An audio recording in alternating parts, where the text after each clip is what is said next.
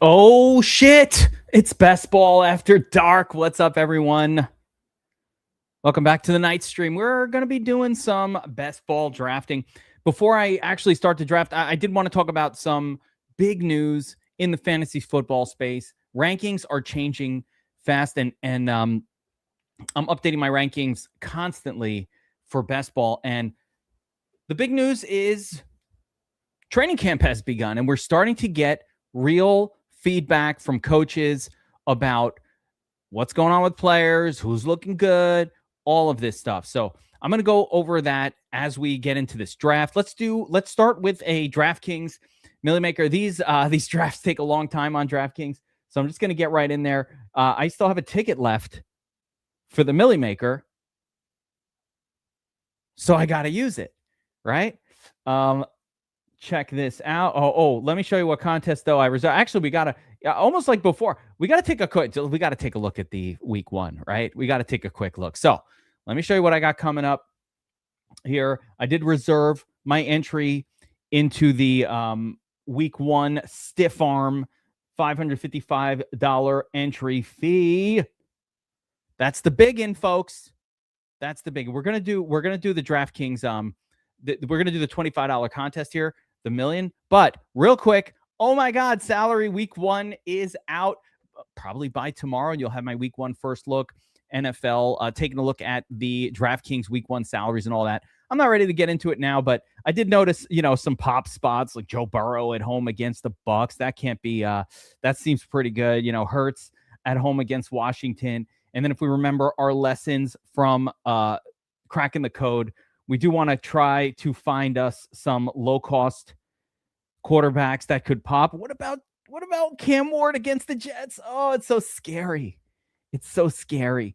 But really exciting. And Danny Jones at 5,400 is actually interesting. Tyler Shook on the road there for 56. So a lot of nice stuff going on there. You could see in the running back group, they've got Jahmyr Gibbs severely underpriced at 8K NFL week one. And why do I say he's severely underpriced? Because you're going to be paying $10,000. You're going to be paying $10,000 for Jahmyr Gibbs before the season is through. Pretty good pricing here on Bijan and James Taylor as well. Chase Brown popped out to me again in that home game against Tampa. Look at what Chase Brown, by the way, allow these salaries. Look at what Chase Brown did when Joe Burrow came back, like 19, 32, 32, 18, 19. The guy was fucking on fire. He couldn't do nothing but smash, by the way. And he's 7,100. Okay. Achan, bad play. Barkley, really cheap, 6,900. But I want you to pay attention to these salaries. We're drafting best ball right now.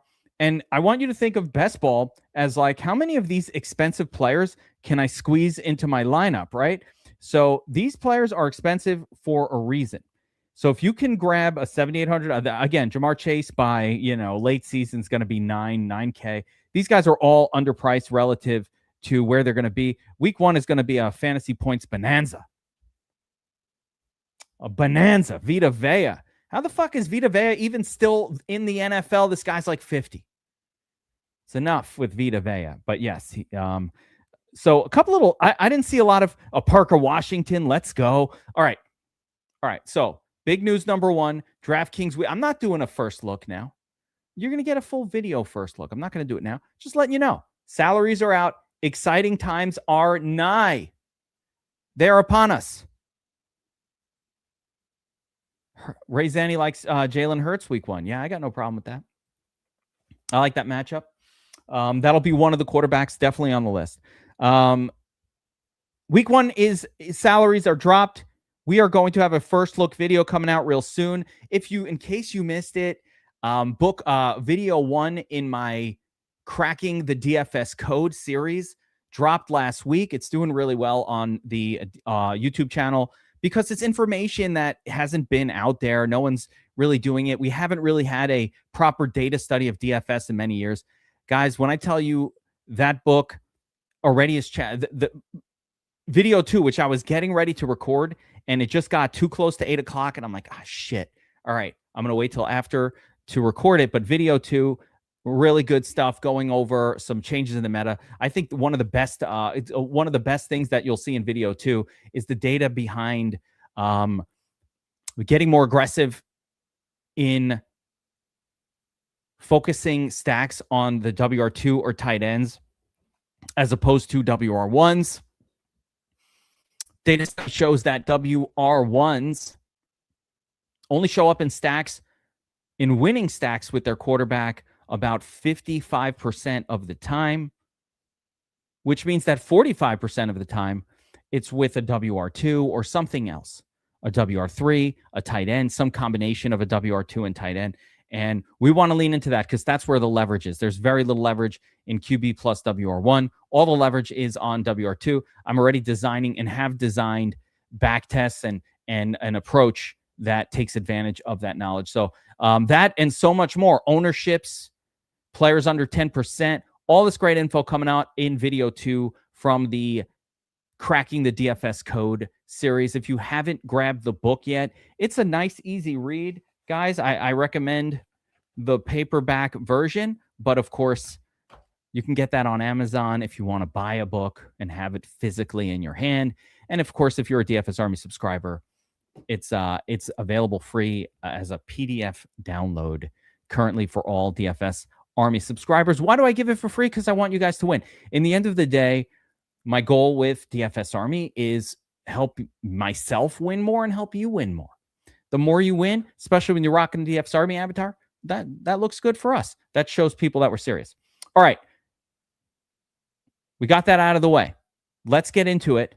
Best ball, $20 million milli maker. We're doing a milli maker. We're going for $3 million to first. It's not going to be easy to win $3 million. We'll have a little fun with it. I got a free ticket, so might as well use it here. And while we do this, I'm on the fast 30-second pick. So if you want to draft against me, you want to join real quick. It looks like I'm 10 of 12. So good luck getting in there, right? If you want to draft with me here live on this one. So what I promised was I'm going to tell you about some updates, some coaches' notes, things coming out of camp, all this amazing information that has changed. I've changed. My rankings have massively changed today. So let me get into all of it as we go through this draft. It looks like I'm pick number 4. That's the Puka spot. I'll start with Pookie. A little Pookie. Fine by me. All right. Camp notes. Number 1. First of all, let's talk about the 49ers because there's a lot specific to the 49ers that has come out this week alone. Number 1, they sign Deebo Samuel. That's my right, punk. He's back. He's back on the 49ers, and he's probably going to be the WR1. Deebo Samuel deserves a massive upgrade. At the same time, Ricky Pearsall, a.k.a. Pearsall, as Christopher Walken would say, knee swelling, concerns, that's the worst kind of stuff. The worst kind of reports are coming out. This is a guy who has not been able to stay healthy at all. Mike Evans can't stay healthy the last couple seasons as well. He's super old. So Deebo Samuel, that's my right, punk, steps into a really a sexy role for the 49ers potentially. And I think he's going to pick right back up where he left off, be the main man from day one. So be aware of it. We're still going to get we're still going to get him. Let's see where his current quote unquote ADP is. We're still going to get a massive discount on. I should actually be uploading my rankings, but I think it's too late. I should have done it. Should have fucking done it. But wherever the hell he is there he is. 190 ADP 162. You can certainly expect that to go up massively. And he's probably pick like he's probably a guy you want to be taking around pick 90 or 100. So Deebo Samuel, get on it. Ricky Pearsall, stay away. That knee is going to be trouble. Fucking guy can't stay healthy. Whatevs. Now, one other important note out of 49. I got notes everywhere. This is all off the top of the dome, by the way. I got the shit memorized. Another note from the 49ers. Jordan James, or whatever the hell his name is, the running back, got an injured rib opening the door up a little bit more for my guy, Kalon Black. Kalon Black, if you don't know, is a third round or fourth round, third or fourth. I think he's a third round running back pick this year that everybody just ignores because I assume just because they're assholes. Why are you ignoring him? I don't know. Mostly the Draftnik community. Okay. The reason why you haven't really heard of Kalon Black is because the Draftnik community, and you know who they are, guys. You know who they are. They're the same ones that when you're in the draft last season and you took Ja'Cory Krosky-Merritt, they give you the old hipster high five. Those guys. Right? They were like, we don't like him pre-draft. Okay, fine. So now I'm going to ignore. So anyway, I've been drafting the shit out of Kalon Black as a backup to Christian McCaffrey, who we all know, gets hurt sometimes. And when he does get hurt, you get really, really good value back. So Kalon Black gets a step in the right direction in terms of locking down that role as here, let me put the full draft board up. But locking down that role as the backup running back, the handcuff to own in that situation.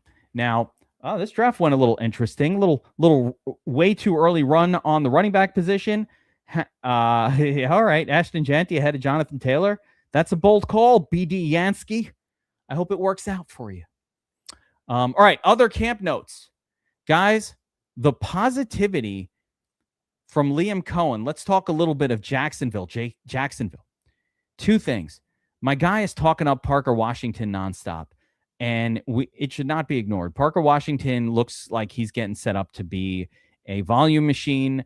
More of the same from last season. I am not ignoring any of this news. It's really, really important.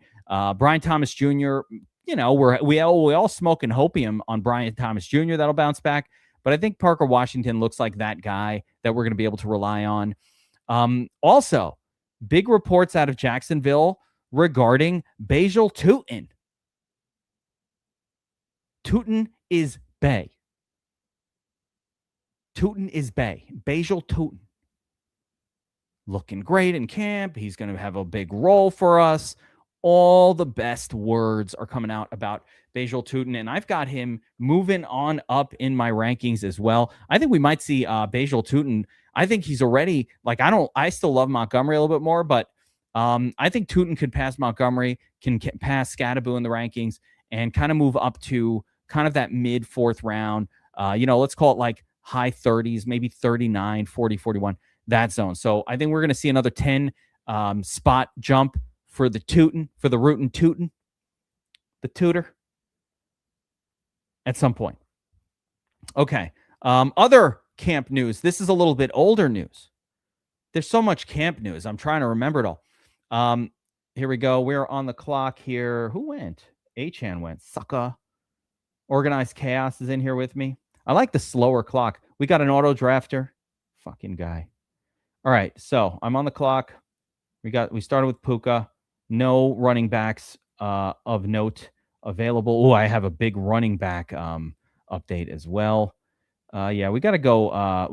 Dreezy London here. Just load up the wide receivers. All right. The big camp news, or I think it's big. LaQuinta Allen is fine too. Ivan Drago. I mean, all good, but okay, get him as a backup. LaQuinta Allen is in the last pick, fine. But, Bajal Tootin looks like a real guy, even in regular fantasy football, that we're going to be able to just draft and be cool with. Wait, I need to see what's going on here.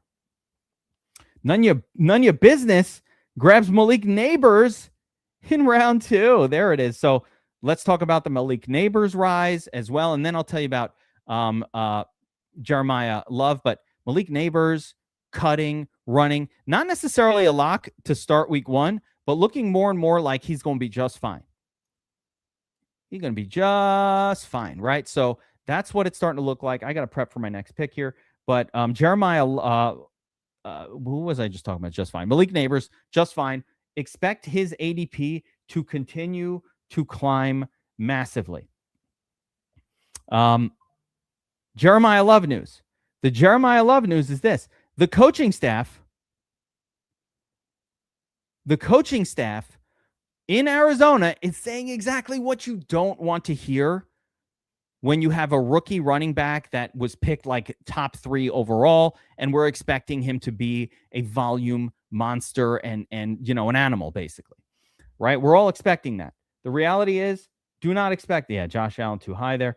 We got Devontae, we got Olave here. We could take a running back or McConkey. For me right here, the decisions between Smith, Olave, and McConkey. For this draft, I'm going to go Olave. I could take Devontae Smith too. I absolutely love him. Love him week 1 as well. But let me get back into this. Jeremiah Love. Do not draft, okay? Do not draft him here. Now, we all love a high round pick, and that's all fine and dandy, right? None of your business. Don't draft Jeremiah Love.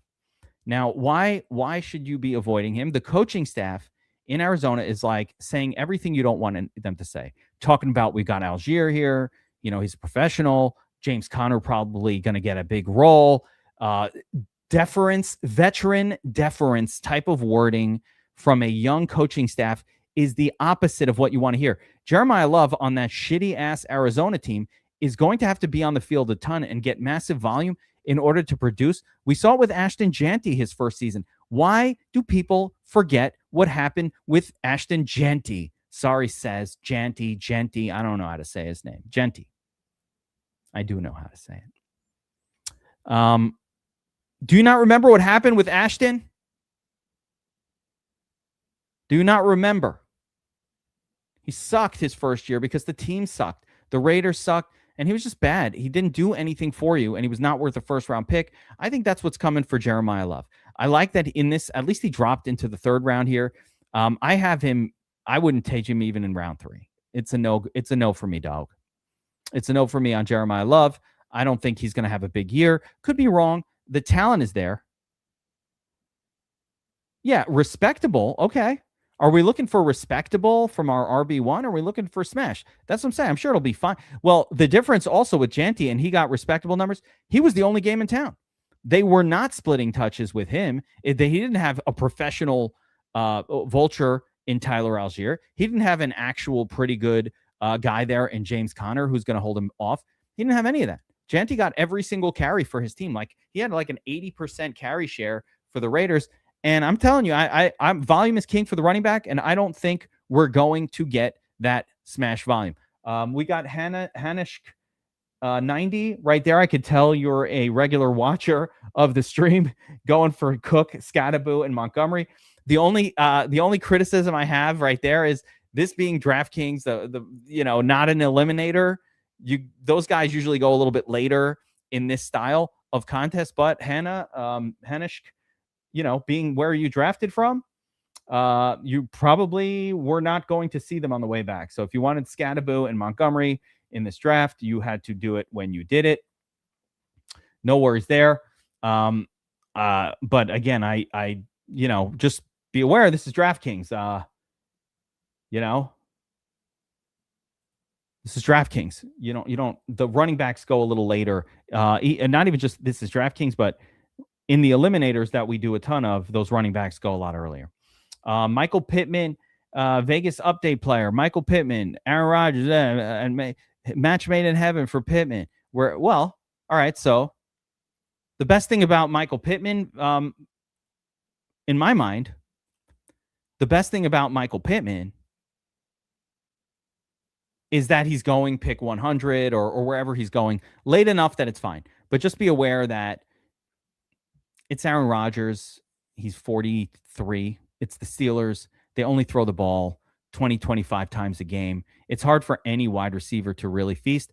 But since we know that DK Metcalf is eating candy and pizza all day, guy doesn't even care about health or getting in shape or any of that. DK Metcalf, you guys have no idea. This guy's like eating candy all day. So I just watched an interview about him. There's Basil Tootin. All right. Well, no one wants to leave me any kind of running backs. I see this is like a planned attack on my ability to have running backs in this draft. This feels very personal. All I wanted was my Basil Tootin. Did a whole thing about Basil Tootin. I spoke about him at the beginning of this. Speaking of that, more player news, guys. I'm not done. I'm remembering them as the player names pass by. All right, more player news. You ready? How about Travis Etienne splitting reps with the ones with Alvin Kamara? Okay, so let's think about what's going on in New Orleans. Everybody, now this was a massive drop already in ADP for Travis Etienne, who had been going and does go on Underdog in round 3. So right here, he went really late, or I would call it kind of late, right here before Tootin. But generally, the news that Kamara is going to continue to be involved, and you know what? He's probably going to get plenty of involvement. It's going to ruin Travis Etienne. Do not draft Travis Etienne. I believe that Etienne will not be able to shine this season outside of an injury to Kamara. I'm not going to predict a Kamara injury, and you're not getting him at a price where you can wait for an injury to the other player. It's not, the price is wrong for that here. It's not the right price. Avoid Travis Etienne if possible, right? So there we go. Had some news out of Chicago. There's a lot of news. I'm going through it all. So Etienne, not looking too good. Parker Washington on the upswing. Organized chaos in the draft with us. Again, that is a reach on Parker Washington at 54, but I'm okay with it. Hey, I'm cool with it. You got to do it. You got to do it. You got to do. Oh, here we go. Aaron Friedman. What's up, Aaron Friedman? How do you marry your rankings with exposure, trying to get more exposure of a player? It's a great question. And I generally I am demonstrating it a lot of times with these videos, but basically I've got my ranking. Next, I want to look at their AD. I'm always looking at the ADP, and then I'm looking at when my next pick is. So I'm looking right now at, let's say I'm looking for a player right now. My next pick is 69. I see these guys 58, or I might look at my next pick 69, and my pick after that, if I scroll over, is 76. So let's say there's a player whose ranking is above 69, but below 76. Below 76, I'm just going to take him there because he might not be there for me. So the ranking is a guide, but I still want you to be primarily driven by draft value. So I'm only going to reach for a player. Like right here, you can see I pick at 76, and then I won't pick again at 93. So there, I'm going to start to take a look at maybe quarterbacks that I need or other players that I like more, that while it's not quite their turn to go at 76, by 93, they'll be gone. So I need to plan it out. All right, let me just take a look here. I need to remember who I have. Puka, London, Olave. I don't have any quarterback type players there.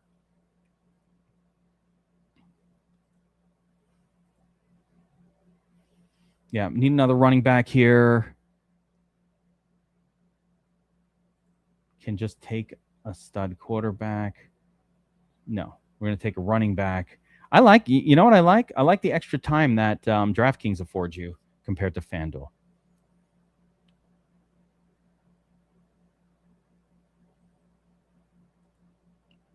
Vegas likes Achan. You're in Dream World, my friend. You're in La La Land. Running backs do not do well on teams that stink. Running backs that catch passes lose production when a running quarterback is on that team. Malik Willis is more likely to run the football himself than he is to check it down to Achan. Everything that you say here sounds like pure hopium. That he's going to line up as a wide receiver all the time. There's no evidence of that. And quite honestly, I would just suggest, now I did more of my drafts on Underdog where PPR is king, right? And this isn't or half point PPR. So these type of players don't do as well. Hold on, we're back on the clock here. Let's take a look at our quarterbacks. Jalen Hurts, Trevor Lawrence, Stafford 91. Yeah, see, quarterbacks go a little earlier. Puka. I can get Puka. Olave, Puka.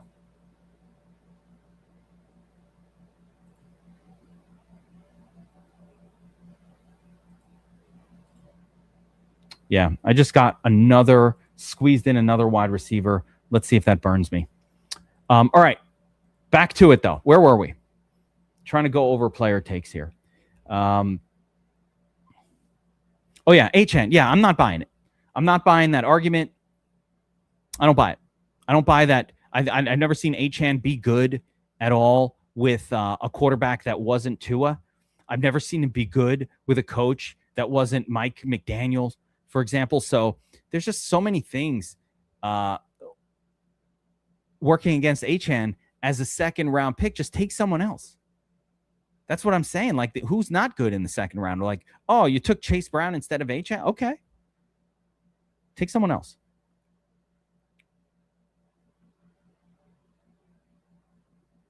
Take someone else. Yeah, tight ends go a little sooner too here on DraftKings. It's really interesting how DraftKings kind of plays out a little bit different than Underdog. It's been happening. What other player notes? I mean, look at Michael Wilson. Michael Wilson goes pick like 100 on Underdog. He's up to 74 here on DraftKings. Crazy. I'm trying to look at the names of players flashing by to remind me of my little news nuggets on most of them from camp. I don't have a news nugget on Montgomery from camp, but I'm just telling you guys, he's going to smash. Taking Scadaboo there is pretty crazy.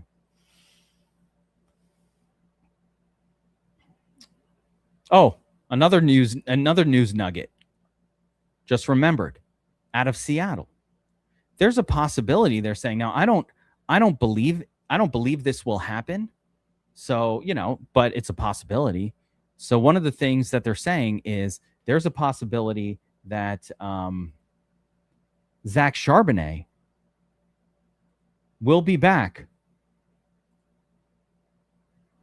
by week 1.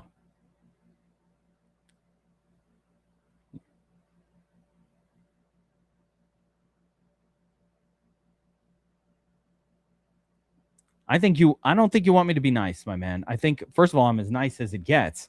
But what I will be with you, and I promise to always be this, is I promise to be honest with you.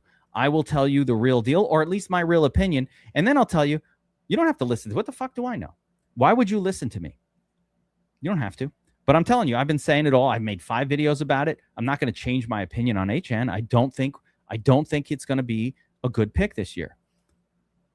It's not me being not nice. Being not nice would be lying to you and placating you by saying, no, I love that guy and that's a great pick. I never say that. By the way, I also never will tell you that you're stupid or that your pick is stupid or anything like that. I'm just sharing my opinion, right? If I changed it after I've made 5 videos talking about why I'm fading Devon Achane this year because I don't like the team, that would just make me seem like somebody who's lying. And that's not how I like to roll. I just am going to give you what I think. I'm going to let you know kind of what I'm doing. I share my actual stuff. Yeah. And then your choice is to, you could be like, okay, thanks for that information. Or you could say, this guy's stupid. I'm going to prove him wrong. Either way, I still appreciate you. Always appreciate you watching.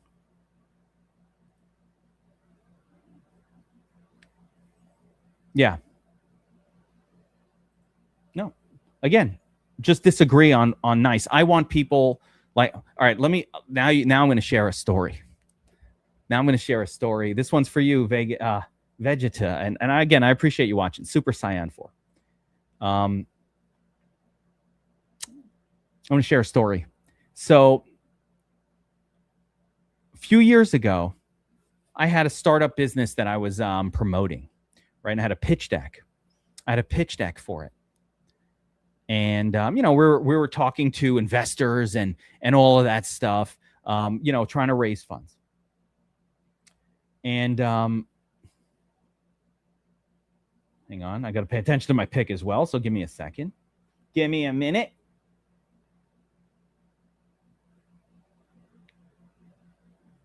I might be wrong, by the way. I allow that I could be wrong. I don't know. Could be wrong.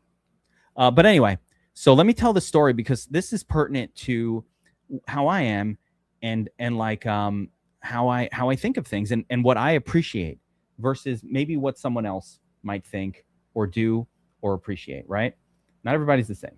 So again, years ago,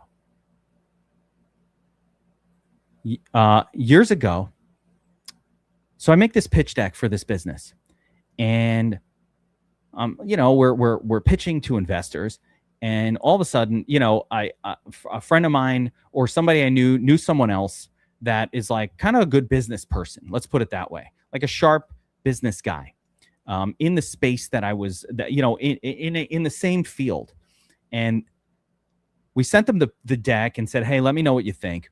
And the guy put together a half an hour video where he sat on a video screen. I didn't even know him. Like, I didn't know this person personally at all. And he made a video where he sat there on the screen. Let me just pay attention to my pick again. It's a $25 draft. On the screen. So he made a full video going through this deck that we had made, picking it apart, slide by slide, just absolutely decimating the pitch, the whole thing. Like, this is shit. I can't tell what this is. This just seems like a bunch of bullshit, but not in a mean way, in a general and genuine feedback way, right? And I'm watching this. This is 20 minutes of complete slaughter. The business plan, I can't tell what you're doing. Just irrelevant. Now, other people might have... Now, this was the guy made a 20-minute video going over this. Somebody I didn't even know. And a busy person who would like, wow. Did I get mad that and embarrassed that that person looked at like a pitch deck that me and my team had put together for this business idea and like ripped it to shreds? No. My reaction was, hey, it's a little bit like, oh man, we need to change this deck. Oh, thank you. But I was very thankful.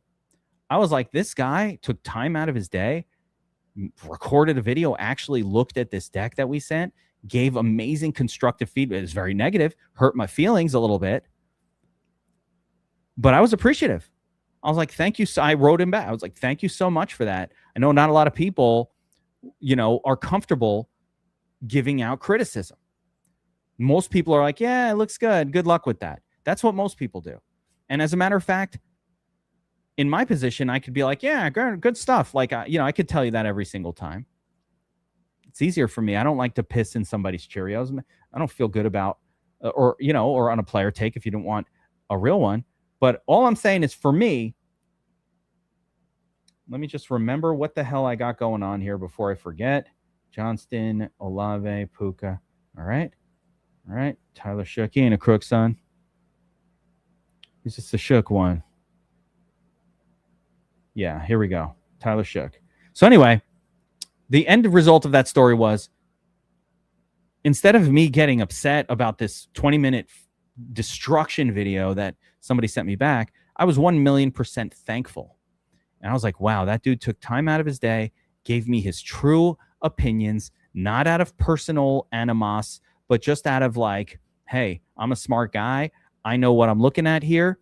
And here's the flaws in your thing, and, do with that what you will. So for me, I was very appreciative of that person doing that. I said, you know what? He didn't have to do that. He could have just said, fuck off, or blown us off and said, all right, yeah, good stuff. Good luck. Could have done that and just ignored, but instead took the time to give me a critique. So I'll take it even further. I used to be in previous iterations of my work life. I remember I was in sales at one point, and a lot of people would just kind of like give you these polite answers. Here we go. Back on the clock. They give you these polite kind of answers.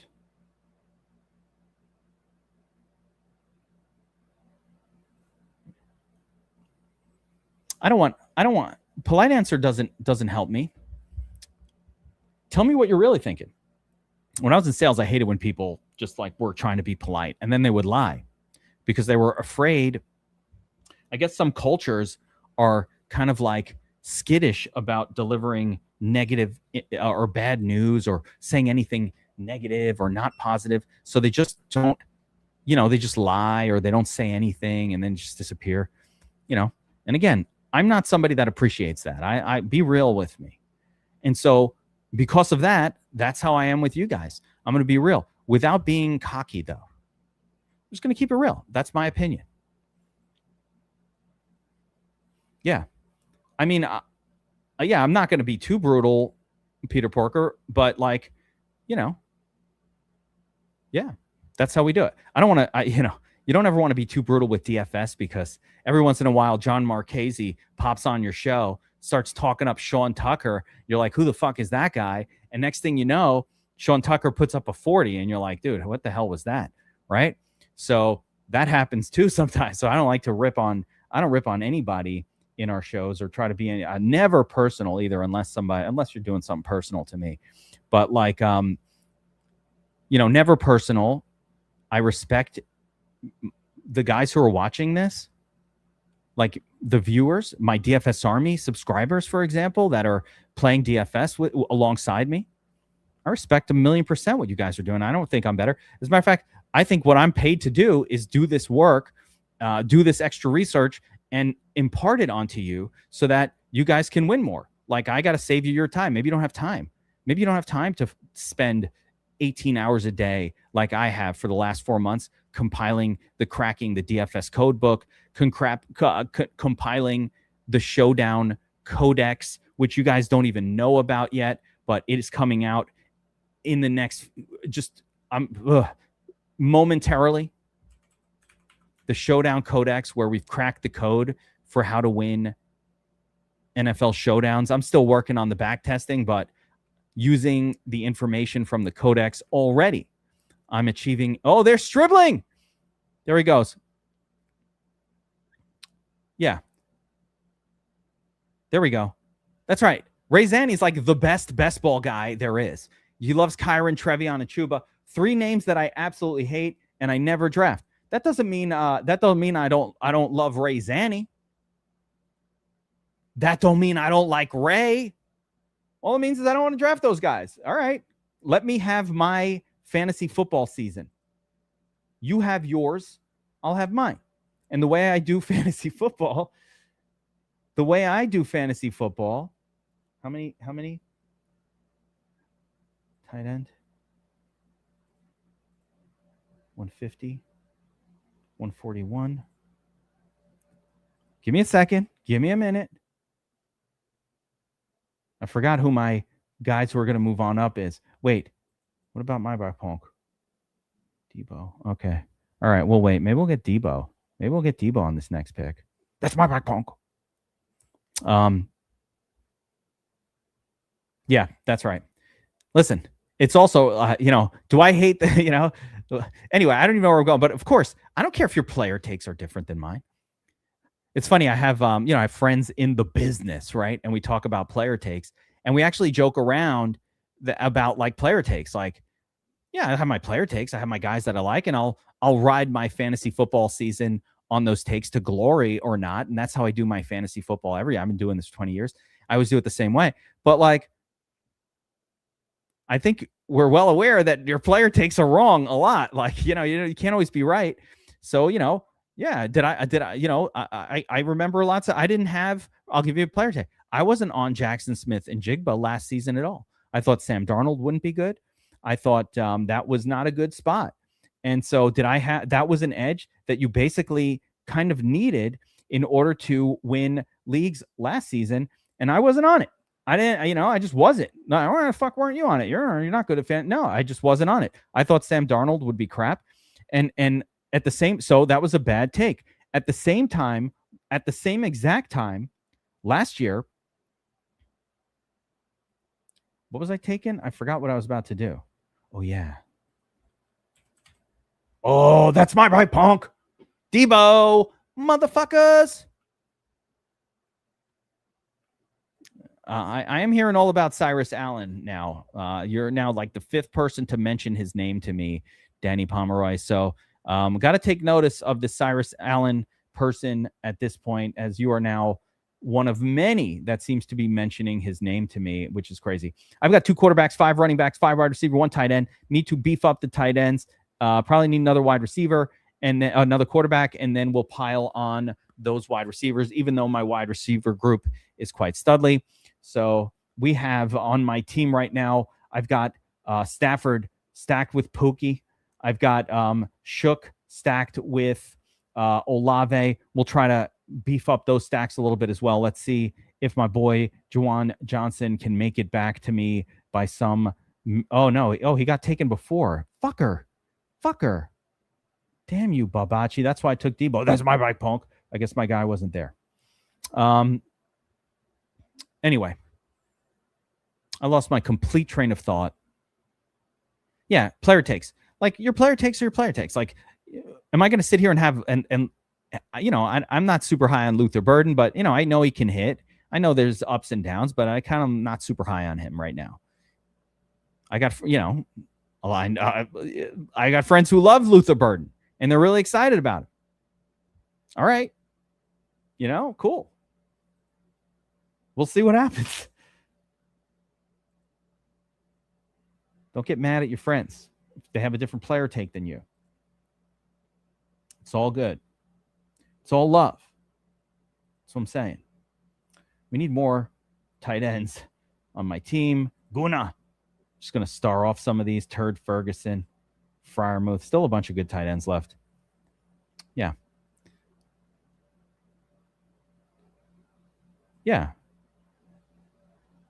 No one's called. Yeah. Like I said, I missed. Now, at the same time, when I was missing on Jackson Smith and Jigba last season, I did get everybody off of Justin Jefferson for the exact same reason.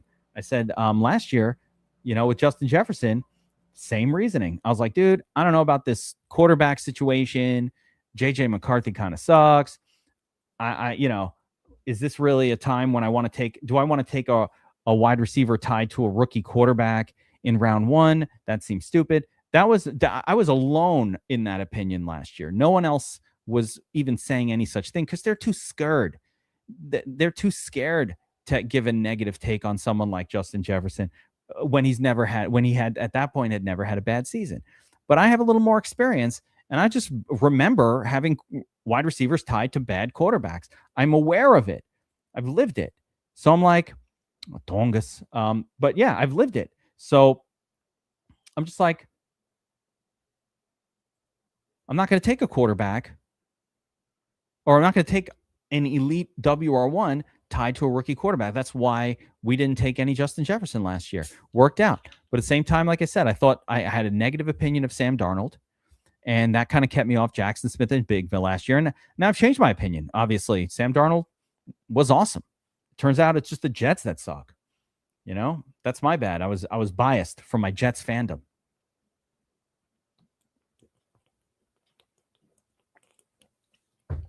Look at that. Cyrus Allen goes. I mean, this is an undrafted guy going pick 158 in this draft. That's interesting. I'm trying to see if there's any other kind of interesting picks. A little early grab of Jacoby Brisket. Okay, he belongs. Moving up the charts. I get that. No complaints here.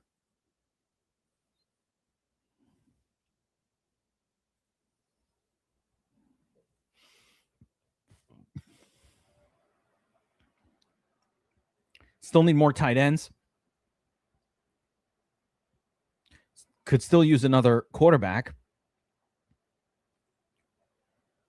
Might have some time, though. Let's see. I'm at 172. My next pick is 189. Always be looking. Always be looking.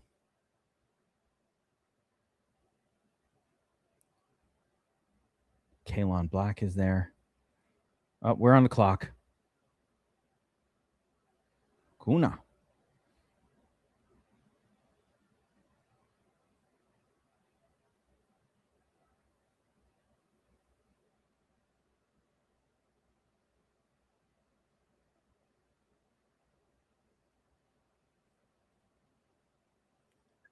Malik Washington.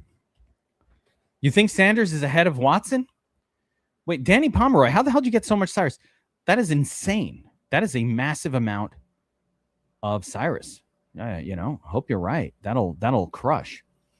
Sanders is ahead of Watson. I do not have any information from Chicago about the Sanders versus Watson situation, so I don't have anything.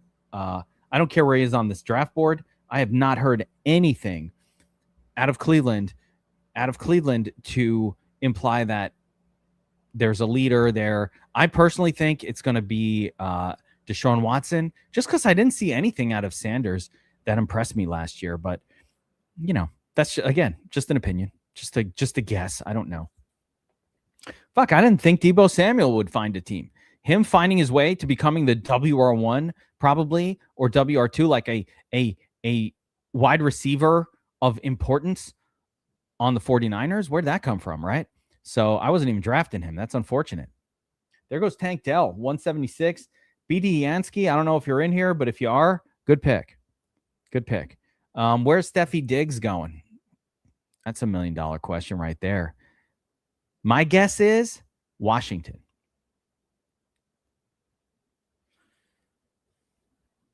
That'd be my guess, though. I don't know. What other player takes?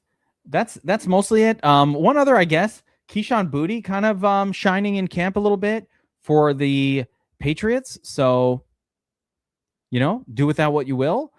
He's looked okay. Could secure that WR3 role. I think he's probably competing with Pop Douglas.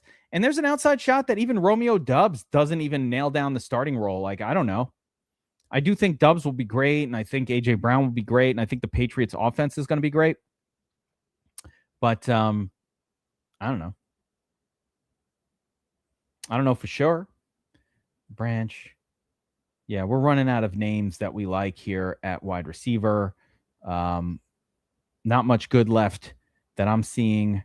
All right, we're going to have to turn our focus to the tight end position and QB3 possibly with these next couple of picks. Looks like QB3 is pretty much gone. So, all right. Well, whoops. Yeah, the Pearsall injury is so scary. When they start talking about swelling, it sounds less bad than it actually is. Like, you don't want to be swelling up from nothing in training camp. That means that could mean that there's something underlying there that is kind of like being ignored. So I'm just staying, it's funny because healthy Pearsall would have been great. And I absolutely liked Pearsall in the early half of draft season. He was somebody I was liking, but at this point, he cannot be trusted at all. He cannot be trusted. Did I get Charbonnet in this one? Yeah. Charbonnet news might be there for the start of camp, which will hurt all of those other running backs. I don't actually believe he will be healthy for the start of camp, but that kind of tells me when they say he could be ready for the start, probably means that within 4 to 6 weeks, this guy will be potentially getting a lot of playing time, which just ruins Price and all those other guys for me. I don't think it means Charbonnet is going to be that great. I just mean it ruins the other ones. John Marchese still loves the Tongas. My guy, Tongas. George Kittle, we got to see what happens with Georgie. Even if he does start, Kittle's a guy who gets hurt a lot. Tongas is not a bad final pick, even if all things being equal. Now, I would have liked to have a third quarterback, right? At this point, I guess I'll just take Rodgers and hold my nose and vomit a little bit. You never know. Late night best ball. That's what's up. We know it. We did a little look at the salaries. Ricardo, by tomorrow, I'll have a first DraftKings NFL Week 1 first look video out. Later on tonight, I'm recording. I was going to do it. It depends on how much gummy kicks in by the end of this stream. But I was planning on also recording. Maybe I'll wait till tomorrow again, right? Like, you don't want to be too late night with my video recordings. But later on, video 2 about the cracking the code, the DFS code book, talking about ownerships and lineup structures in tournament winning lineups, top 100 lineups.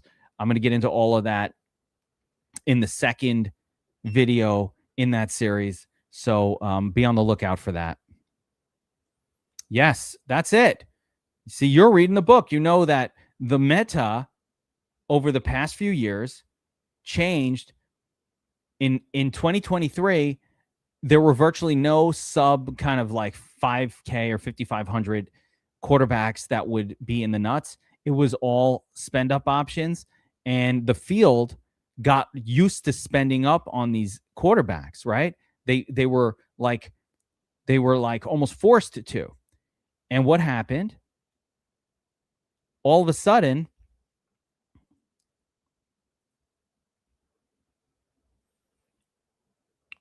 hang on, let me set up my next few picks. But what happened was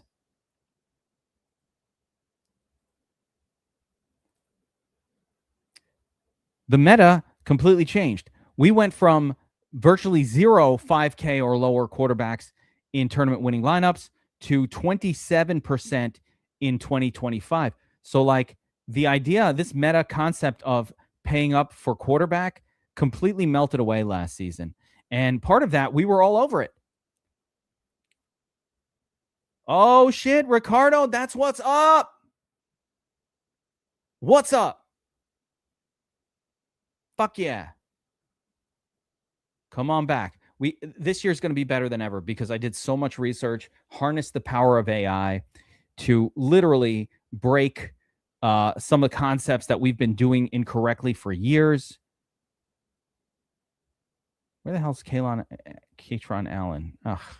You guys are just grabbing all my guys while I'm distracted talking about this nonsense.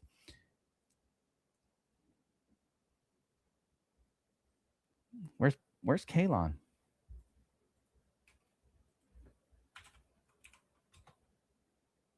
Katron. I don't want Katron. I want Kalon. Damn. Oh, shit. I remember that. That was glorious.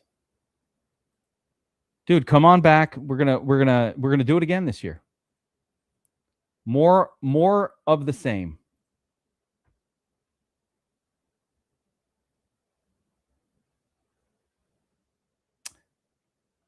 Yeah, but I mean, I'm gonna just keep this up on the screen the whole time. Took second in the million. I remember it. Crushed it. Rich McDonald took down the free MLB chin music yesterday. Let's go. It's a free one? Wait, free $5 MLB Showdown chin music contest. Why was it free? But how much money did you win? Give us the numbers. A free entry? We got Ricardo Alvarez, took down 100K. I mean, come on, bro. Come on. So just a heads up, I'll give you guys some inside. Oh, we're on the clock. Hold on. Pick 221. Need another wide receiver. How about a running back here? We'll go Singleton.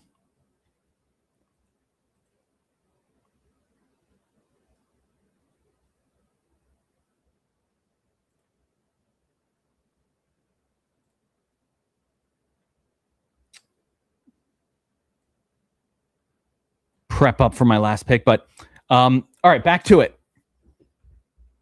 So I'll give you some results of my back testing so far using the Cracking the DFS Code book, main slate back testing.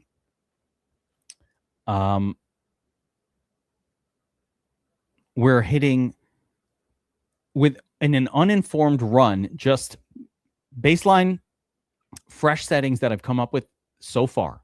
I'm going to improve on this, but I've come up with a baseline approach to the optimizer, the sim boosts, and all of that. Not going to get into those details now because I'm still going to be perfecting them, but it's not super different from what we've done in the past with little bonuses like 3 uniques. We're jacking up randomization all the way to 50%. It helps.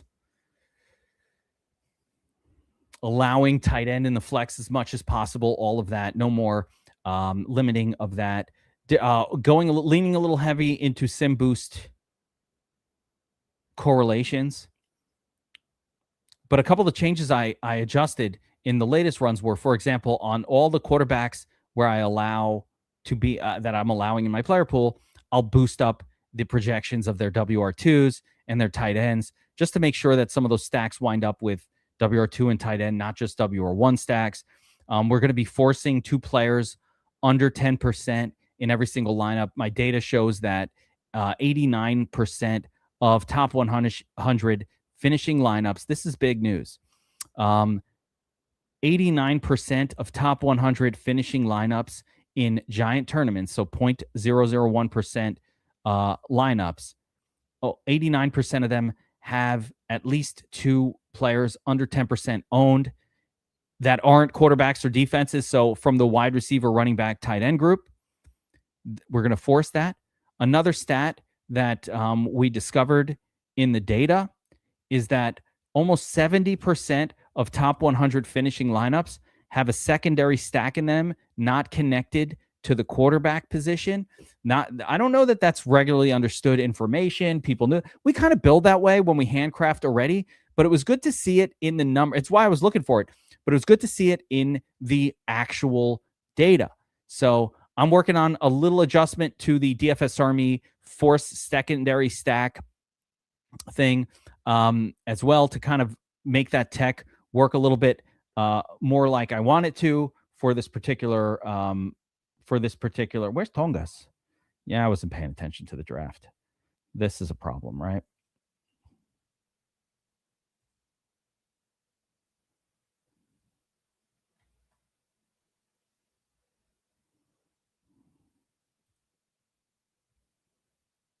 I might as well go with Malaki. So anyway, there you have it. Some adjustments. All this stuff is coming. I got to show you guys something. I feel like I need to show it. I was going to not show this, but I'm just going to show you a page from the Showdown Codex, and I want you to get a sense of what it is that I've built here. This is a massive research report on NFL showdowns, but one of the cool things that I've put together in the Showdown Codex, again, going free to everybody who's from DFS Army, but this is really more of a guide for how to attack showdowns, and also specific to the game, specific to the spread, and exactly how to set up the optimizer to attack these contests. So, I break it down by different archetypes. There's 6 of them, but in a pick'em game, we kind of look at close spread, right? Within 3 points or less. So basically no real favorite. Kind of look at what happens. How often, for example, kickers and defenses wind up in the flex based on the game total, where you see kicker in the flex. Very popular across the board, really. You almost always need a kicker in the flex in showdowns. Who knew, right? Defense in the flex, sub 40-point games 71% of the time, which is crazy. The higher the total, kind of the fewer, but this whole band of 40 to 49 points in a pick'em game. So when the game is close, you're probably going to wind up needing a defense in the flex and a kicker that, okay, good information, right? Little section here on rushing quarterbacks and what happens with the quarterback position. This is really cool. Which captains to play, favorite underdog wide receiver. So for each archetype, you'll get a list of kind of captains that work out the best. And then this is my favorite chart of them all. Build around your captain. So for whatever your captain is, this kind of tells you the correlations, not just first in these pick'em contests, it gives you the correlations here. So wide receiver with his own QB, massive correlation, own kicker, own defense, pretty significantly positive in these pick'em games as well. And then with the wide receiver captain, for example, this shows you extreme negative correlation with other pass catchers from their same team. So this informs how we're going to set up our game simulations for the optimizer runs. We're going to be downgrading tight ends and wide receivers from same team as that wide receiver. We're going to be upgrading quarterback kicker, and defense. And this is pretty much the entire codex. It goes archetype by archetype. There's tons of detail in here. A whole section on the flex and how kickers go together and defenses. And then it moves its way up to moderate favorite and heavy favorite and here we go, blowout games and all of that. And each game plays out differently. And this was my idea with showdowns anyway. NFL showdowns in 2026 on DFS Army is going to be a win fest. I've used the data already. I've run back tests. I'm winning at a 16% clip. It's not good enough, but it's good enough for now. All right. That's coming soon. I have not released the Showdown Codex yet. It's not going to be in the Discord. I'm still perfecting some of the words, and quite honestly, it's just endless work. It's been endless work. I've been trying to get it done before I go on my vacation next week. I think I'll have it done before then. I do. I think I'll have it complete. But that's what I've been working on in the basement, in the lab, constantly. All right. Shift gears. Let's move on to Underdog. Let's do an Underdog one.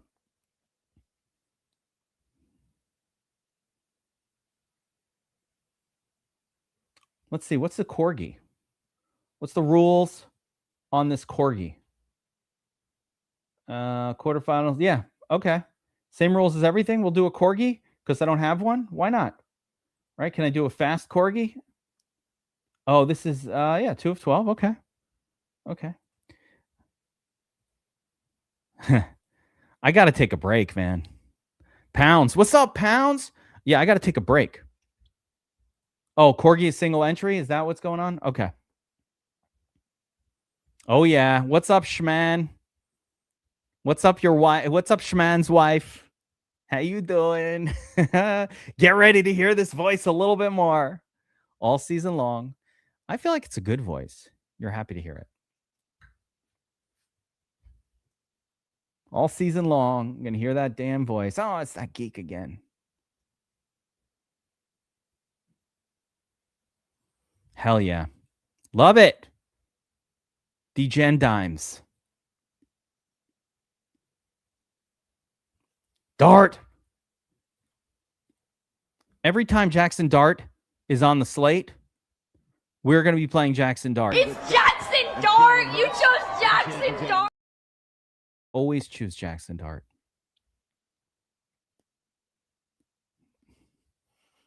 Pounds is awesome.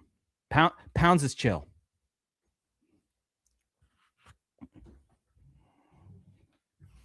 Jackson Dart. Let's go. I'm so like down with the Underdog ADP at this point. I just already know what's going to be there. I take a look. Like if I showed you my active drafts. By the way, Danny Pomeroy, they all laughed at me for my Dart love last season. Same thing with Brissett. Everybody was here. You guys all saw it. We got on Brissett. We got on Dart. We won weeks. And DFS, it was like, whatever, dude. Like getting on Michael Wilson right at the start of his run. We were on board. We stayed on the bandwagon. And then everybody else jumped on board the bandwagon. I was like, fuck you. Get off the bandwagon. This is my wagon. Get in the back of the wagon. Everybody jumped on board. But we were on it first. That's why we were winning tournaments. There's Ivan Drago in there. Did I see Ivan Drago? No. Thought I saw Drago. No. None of you guys made it in this draft with me. Yeah, I know you did. John Marchese, you were all over it. People, yes, Grim, you're right. Again, they're sleeping on Dart again. Dart is going to be a top 6 quarterback in 2026. Maybe more. Maybe better. He's got all the upside in the world. Love Dart. Jefferson goes. All right, let's watch the board here. Let's pay attention. Everybody. Oh, CeeDee Lamb. You guys left me my favorite player, Jimmy Cook. I will take him. Guys, another thing. Now, Dart started to cool off. And by the way, don't forget Wandale. It wasn't just Dart. It was Wandale. We just nailed it last season. Kenny Walker. Dynamite. I love this start. Walker and Cook. That is how you want to start your Underdog draft. That's how you want to start it. But yeah, you saw what happened last season. So on that note, guys, speaking of like some good calls from last year, and it's not always like that. Last season for me personally was like my best year ever. I think of like nailing the right picks and the cores and all of that. I've been doing this literally for at this point forever, and I felt genuinely like last season was probably my best. A lot of the calls came true, and like we nailed a lot of it last season, which was awesome. And again, you guys remember all the unique ones from Wandale early to the Dart and Brissett. But mostly, I think part of the reason why the season went so well for me last year showed up in the data of the crack in the code book, because I do tend to like to pay down for my quarterbacks. I do like to save money there, and so that didn't work for a couple seasons because everybody was hurt. Do you think the Jets will run a 3-head again, like they were talking? Unfortunately, I have to say probably not like full 3-headed monster, but you cannot trust. I'll give you another name. I do not ever draft Breece Hall. I have no exposure because he's going to have big games. He will have big games. I don't doubt it. The issue for me with Breece Hall is, I mean, this same Jets coaching staff just last season was definitely pulling him out of the game in goal line situations. They were bringing in Braylon Allen. So I don't know why they do it, but yes, I don't think the Jets will feed Breece Hall enough. I still think he's going to have some big games, but I'm not sure if he's worthy of where he goes, which like right here in this draft that we're in, normally like Breece Hall is like one of the next guys to go in round 3. I don't really buy it. Like, so I've avoided it. I don't hate the pick. If somebody takes it, I don't care that much, but I just generally think that you can't trust Breece Hall. The Jets don't feature him enough, and the Jets also suck. Do we really want to overload on running backs from bad teams? Because that's what we end up doing. Look at where Jeremiah Love's fallen. It's almost like they're listening. This guy was going top of round 2 like yesterday. What's going on?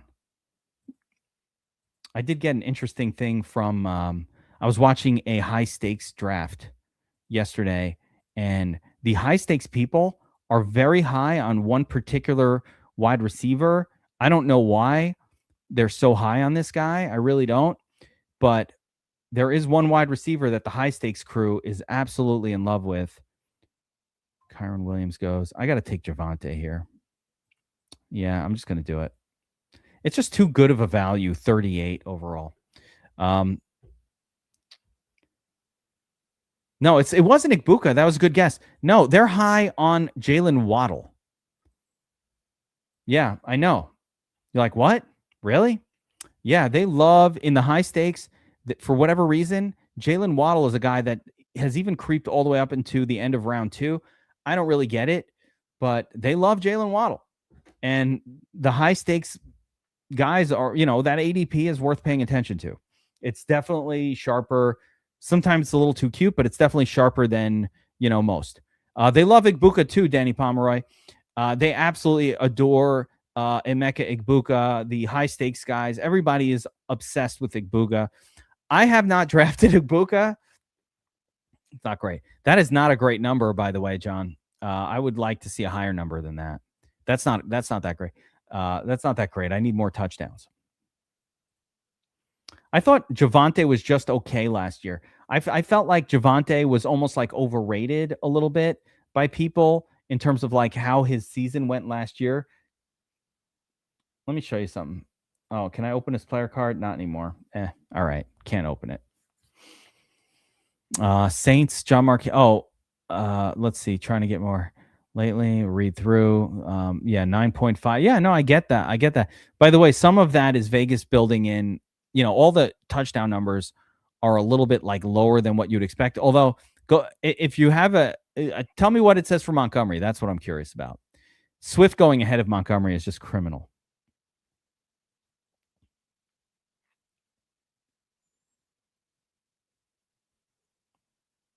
I would not take Swift ahead of Montgomery. Montgomery should go before Swift in this format. What does it say for Montgomery's touchdowns this year? I'm curious. Now, by the way, where Luther Burden just went there, I'm fine with that price point. You know, talking about pick 48, that's where Luther Burden belongs. But he had been going, you know, pick 40, like 10 picks fat sooner. I also think Rome Odunze, if you're asking me my opinion, I think Rome Odunze will outscore Luther Burden, but I don't know. Monty at 7.5. Grab the over. That's the easiest over.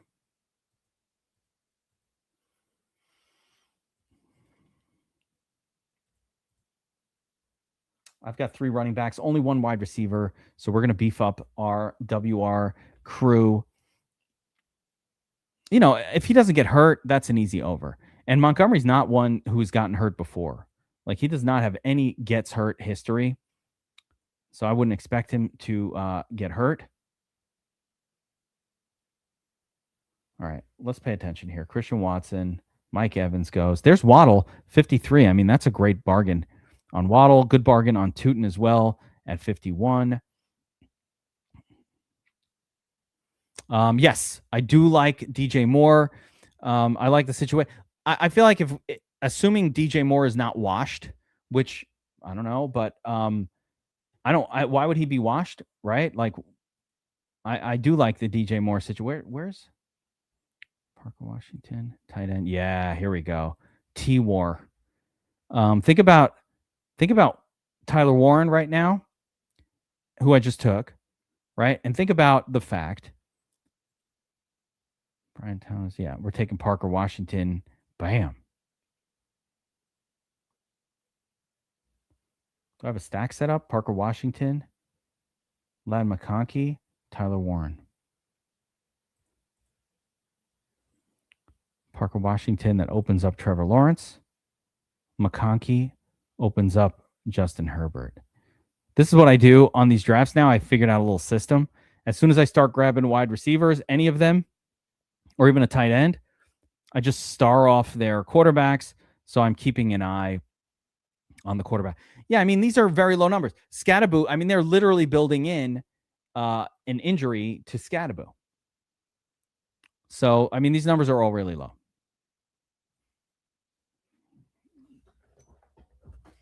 Yeah, Pittman should see red zone targets. Sure. He should see them.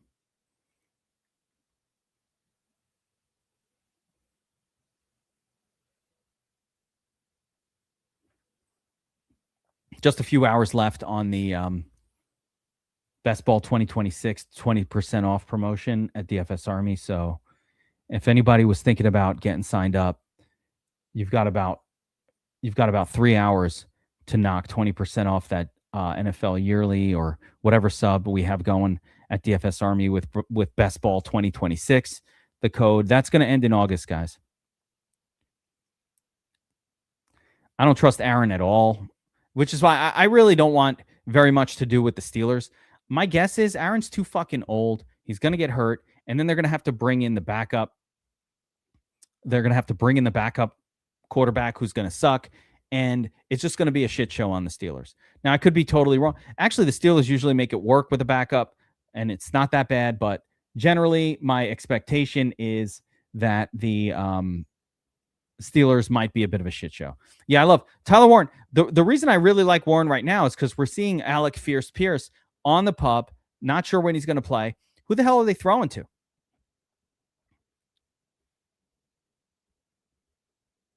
Who are they throwing to? They have no one to throw to. I have a running back heavy build. I would say this is not balanced. This definitely a running back heavy build. Still only 2 wide receivers. Gonna have to start taking quarterbacks here in the next couple picks. So there we go. What happened with Gainwell? Talk to me. Give me. Is there news about Reggie that I don't know?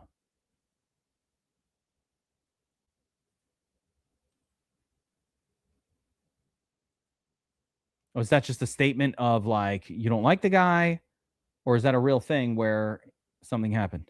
Oh, come on, man. Come on, man. Still a lot of good running backs left. I like this whole group. I like this whole group right here.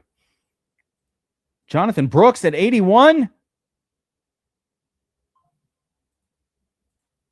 The blood clot. What the blood clot? Should I take Herbert or T-Law?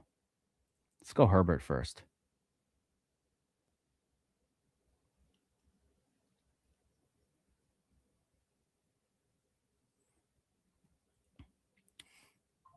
Yeah.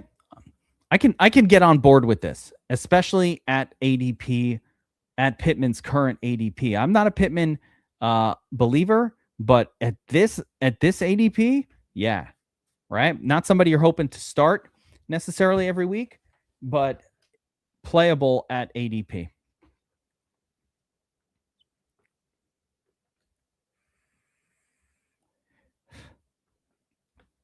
Oh, we're talking about a different Warren. Jalen Warren. I was talking about Tyler Warren, tight end. So he got me all confused.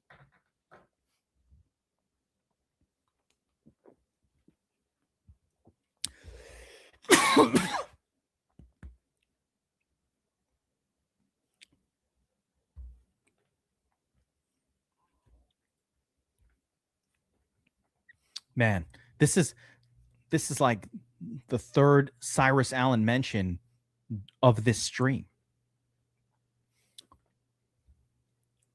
Listen, here's my thought on it. The incident of late round wide receivers becoming relevant, and I think Cyrus Allen's like a 7th round pick. It's very, very low. But that being said, I can name a few.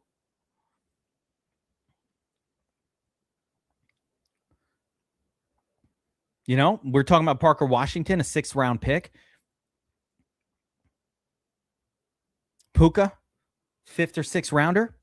So usually late round wide receivers, though, don't work out. 90, at literal, the percentage of them working out is in the 2 to 4% range. Super unlikely, but it does happen. So why not? I don't mind it. You should have reminded me on that last draft. He went so early. I'm not taking him in round like 12 or 13. Like, let's not go crazy. You know, don't overdo it. Still a good group of running backs, but I'm light at wide receiver. So maybe we'll take Pittman in honor of my guy here, Vega to Super Cyan. Maybe we'll grab Pittman here. I like Wilson more. I like Worthy. Pearsall's a no. Wandale is acceptable. And what do you guys? Are you guys watching? Is everybody watching this? Is that why you keep taking my guys? I star them and they're gone. Coker, got to start prepping here. Where's my boy Debo? My boy Punk. We'll get Debo in this one.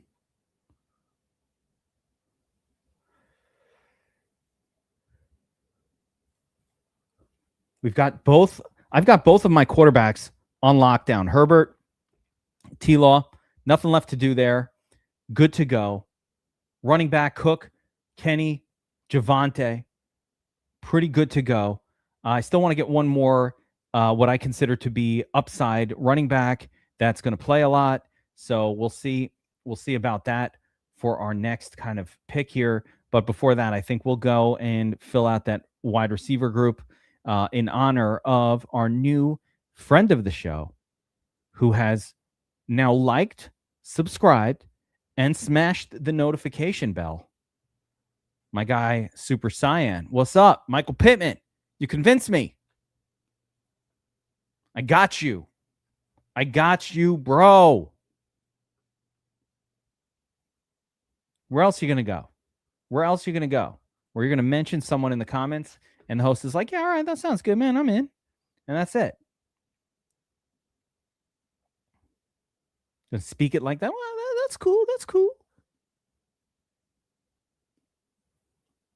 Demon celery on the clock. Celery is kind of demon, just like in how gross it is. See, I came around, John Marchese. I came around. Jordan Mason or Rashad White? Choose, but choose wisely. No one's going to choose? All right. You know what? I don't have enough White. Let's go. Let's go. Pound said Mason. Danny Pomeroy says White. What am I supposed to do? What am I supposed to do? Mason. Who did I take? White? You know what? I have a lot more Mason than White. So, like, why not? What if White takes over and becomes the starting running back?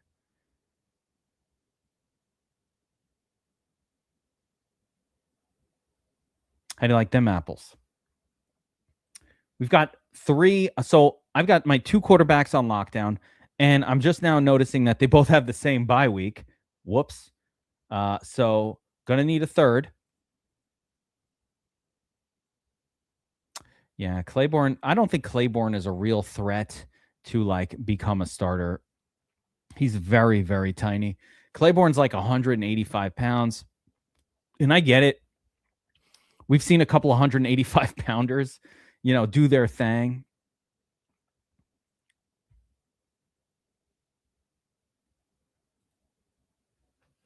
That's my bike, punk. I got to get that. I got to get my Debo media thing. Do I still have it? No.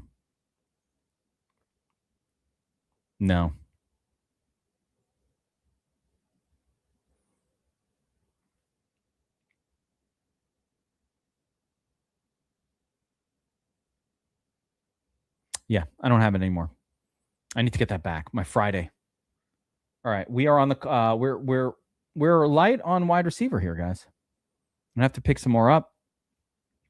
I'm pretty okay with the way my draft is, though. I've got McConkey stacked with Herbert. I've got Parker Washington stacked with Trevor Lawrence. I mean, we could keep an eye on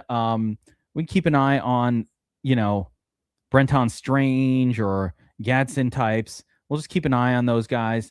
We'll keep an eye on Hunter here, Travis Hunter. Let's see. His ADP is 141. We're coming up on 131. Still have time. I could probably still grab him on the next round. So I do like getting Hunter when I can. Let's see here. Danny Dimes.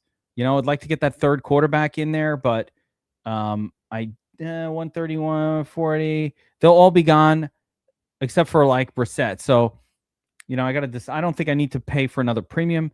I might just wait and take Brissett instead. Tight end position also, I only got one, but it is a really good one. So I'm kind of okay there. Feel really good about the running back group, good about the quarterbacks. Going to continue to beef up this wide receiver and tight end crew a little bit here and see if we can make some improvements. So, yeah, here we go. Hunter, Chigo.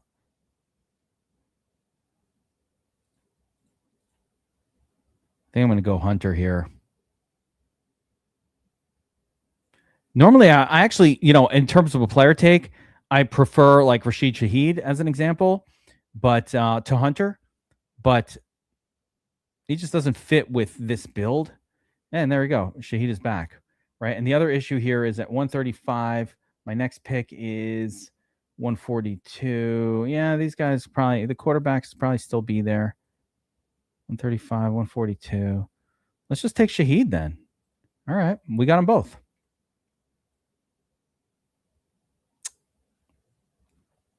All right. I'm up to 5 wide receivers now, 4 running backs, 2 quarterbacks. So we're going to beef up tight end, maybe QB3, and then, kind of go from there. So we're going to start to prep up our tight ends that hopefully somebody will still be there by our next pick. Danny Dimes might still be there for us. If not, Bryce Young. If not, Jacoby or Gino. We just need a third. I don't need to spend a lot of draft capital on a third quarterback. I just want to, have a little something.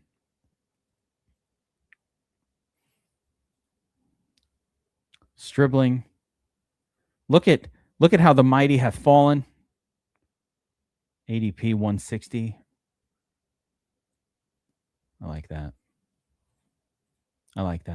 Okay, let's see what happens. Let's see if we flip this other key. We got a long way to go until my next pick, guys. A long way to go. Yeah, I saw it. Grim's always nailing that, but yeah, I saw I stacked a bye week, so I'm gonna have to get a third guy. I always take a third quarterback anyway.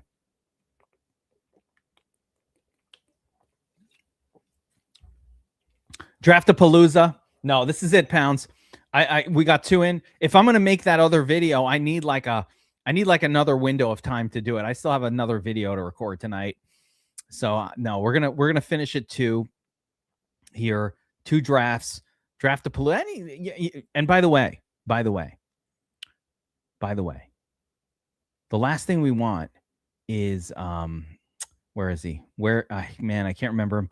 But that other dude who just commented before, I don't need his wife getting more annoyed at hearing my voice for longer than 2 hours on this draft. Yeah, you know what's up, Pounds. That's why I couldn't speak before. The vape is harsh, bro. The vape is harsh. This one particularly harsh.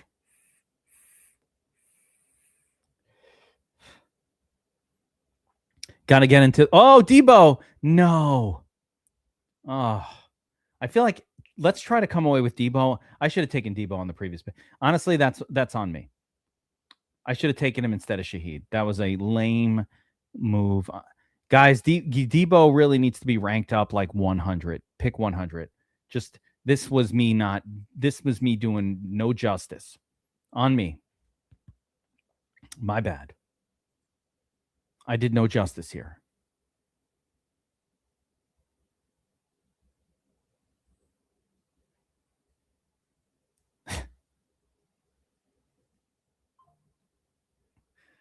I got a chuckle out of that, John Marchese. All right, we're going to take Gadsden just to pair him up with his quarterback. A lot of good players just got eaten up. I think I'm going to take Dimes. Get Dimes and Lawrence going. Complete the third stack. Dimes and Warren.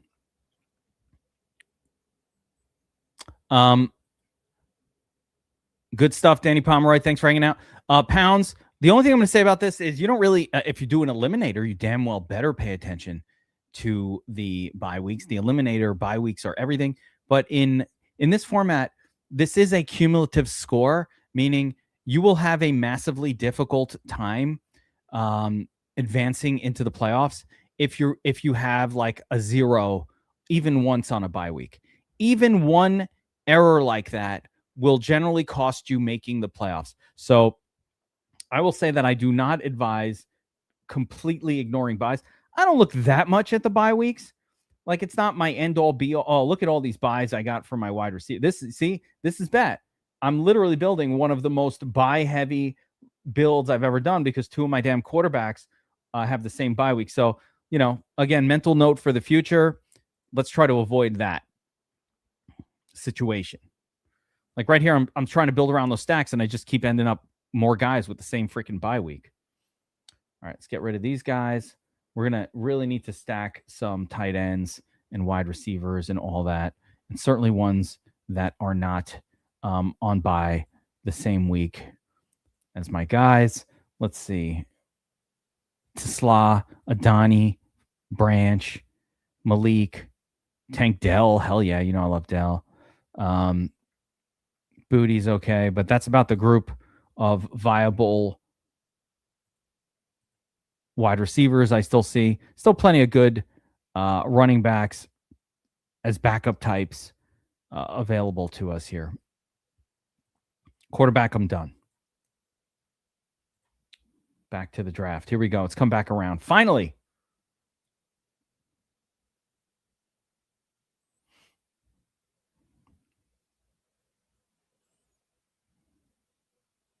Nice. Oh, I like this. Yeah, and non-eliminator pounds. Yeah, don't worry too much about that. Oh, hell yeah, dude. Hell yeah. Got so much going on for football season. That's what we do. It's our hobby. But I'm telling you, we're going to win more than ever this year, Shman. We're going to win more than ever. This research is going to pay off. It's already paying off in backtesting. It's paying off. I didn't even tell you guys, but like in the backtesting on main slates, again, I've got the settings honed in, almost just perfect. Almost just perfect.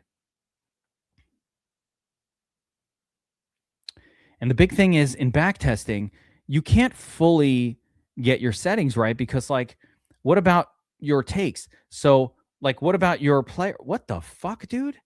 Kalon Black in round 15? That is the highest this guy has ever gone. That's the highest he's ever gone. Yeah, there you go. John Marchese shows the wife all the freaking wins, the ARB money. That's all you got to do. So I ran a baseline set of settings with all of the sim boosts set up with the learnings from the Cracking the Code book, right? I ran that and I was able to achieve in my best runs 2.1 wins per season, which is amazing, guys. If we play out an NFL season, right? And let's say you played one out and you won 2 big GPP tournaments over the course of that 18-game season, would you be happy or not? Like, actually, that's a good question for you guys. Would that be sufficient? Would that be something that makes you happy? You played a whole season of NFL DFS, entering 150 in main slates every single Sunday. We only have 18 of them. Week 18 is kind of shit, right? So about 17 times. If you won 2.1 main slates, would you be happy? Or 1.5 or 1 main slate? Would you be happy? Because I've already got settings that is achieving that right now.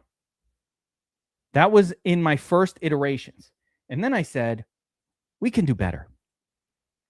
So then I said, and the whole point of the book and the writing, I'm trying to improve on that. But already I'm hitting that. So then I go to the backtest machine, which is my Claude Code freaking super genius computer downstairs. And I said to it, I want you to do the exact same test, except this time, instead of like capping quarterback. So we did it the way we did it last year. That back test that produced 2.1 wins, and I'll show you all the results, that we did it similar with a few adjustments to back testing compared to exactly how we did it mostly for last season. So let me explain. Then I say, hey, Claude, go back and grab my cheat sheets from all the seasons. I tested 2025, 2024, 23, 4 seasons. So take my cheat sheets from that week. Now, here's what I want you to do. Just take the quarterback list and the defense list, uncheck everybody else. Only play the 6 or 7 quarterbacks or 5 or 4, or however many I had on my sheet that week, and only play the defenses that I put on my sheet that week as well. No other changes. Okay? Oh, I had to make other changes too, actually. I had to increase my max cap exposure on quarterback and defense because we had fewer of them. So with fewer of them, I increased my max cap at quarterback and defense to like 30% or 27 or 30, about 30% from what it had been, which is closer to 20. The Geek Informed backtest run won 3.7 main slates per season for the 2-season run. 3.7. Now, would that repeat across all 4 years? I don't know. But I didn't do anything. It's just a blind backtest using repeatable settings. 3.7 main slate wins. Not all Millie Maker wins, although some were worth all 110,000 entry plus contest sizes. 3.7 wins per season, with I think 2 of the weeks being good enough to take down a Millie Maker. That's with very little informed. Oh, little bits of adjustments, like for example, that adjustment where we now smash like on the WR2s. The other adjustment that we made is adding in the force 2 players below 10%. So taking the learnings from the Cracking the Code book and applying it to backtest DFS is producing a win rate that I've never been able to even produce in back testing. Like I'm doing it back now. Hey, it might work in back test, and the real games happen, and all of a sudden it doesn't work, or this is highly, let's call it, random or low probability. So we can't count on winning a Millie Maker every year. No one has ever pulled that off. But man, in back testing, it looks really, really good. So with as many people, I use a lot of high randomization. That's a big part of the plan, which gives me comfort in knowing that if I have a ton of DFS Army people kind of running a similar approach or using a similar enough strategy, it will not be something that does too much harm to us because another piece of camp news. Marshawn Lloyd looking really good. Yeah. Oh, the 100K on the Players Club. Is that what it was? Yeah, that was like a handcraft. That was on one of the weeks where we absolutely nailed it. I'm going to tell you, though, I always warn you guys, we're not going to nail it every single week on the Players Club. We have to take chances on some of those lineups, but man, did we hit some insane runs last year, hitting those $5 or, those 1,000 to first 40X contests as well. I mean, you're going to leave me Brisket on the last pick. I'm taking a fourth quarterback. That's what I'm talking about. Yeah, that was awesome. It's going to be great this year, guys. Yeah, good. Marshawn Lloyd. I mean, he'll probably get hurt in camp and be irrelevant, but right now it feels good. Right now it does. Pretty good draft for me here. I think I'm getting so used to these drafts. I'm like now I'm turning my brain off and just doing it. We got the start of Cook and Walker, and Javonte fell to a free price. I had to take him there. Love Lad McConkey this year. He's going to smash. There's no doubt about it. Tyler Warren, I started taking T-War the last couple weeks, basically because Alec Pierce has been hurt, and I feel like they're going to have to throw it a shit ton to Warren. Danny Jones is healthy. Warren was like doing really well at tight end last year. There's nothing wrong with T-War. Parker Washington getting talked up by Liam Cohen like crazy right now in camp. We're going to throw it. He'll see the ball the most. Liam Cohen yesterday literally said Parker Washington will see the ball a ton this year. Okay. Thank you for sharing. Appreciate that, Liam. I don't know if you guys know this, but Liam Cohen is from Rhode Island. Fist bump push-up testing. FEC's a way of life. I'm a Guido for life. Liam Cohen, a Guido for life, out of Rhode Island. I don't know if you guys knew. Our guy, Super Cyan, gassed me up to take Michael Pittman. All right, we're in. Got Michael Pittman in there. We got Hunter tied in with our quarterback, Lawrence. Got the Lawrence, Hunter, Parker Washington stack. Got Gadsden in there with Herbert. So we got Herbert, Gadsden, McConkey, Daniel Jones in there with Tyler Warren. Tank Dell on my team. Love Tank Dell. Jake Tongas for Marchese. And then, of course, Marshawn Lloyd. And I had to take Brissett for free at the end because he was there and he was free. Guys, that's going to do it. Draft-a-palooza. I'm not around next week, on vacation. But on this channel, you will see a DraftKings First Look drop tomorrow at some point. You will see a follow-up video in the Cracking the DFS Code series. You are not going to want to miss that. Make sure you're subscribed. Hit that like button, guys. I will see you all in a week. Deuces. Actually, let's play an outro song. Not yet. Not yet. I'm playing an outro song. All right, I'll say it again. I will see you guys next week. Kevin the Geek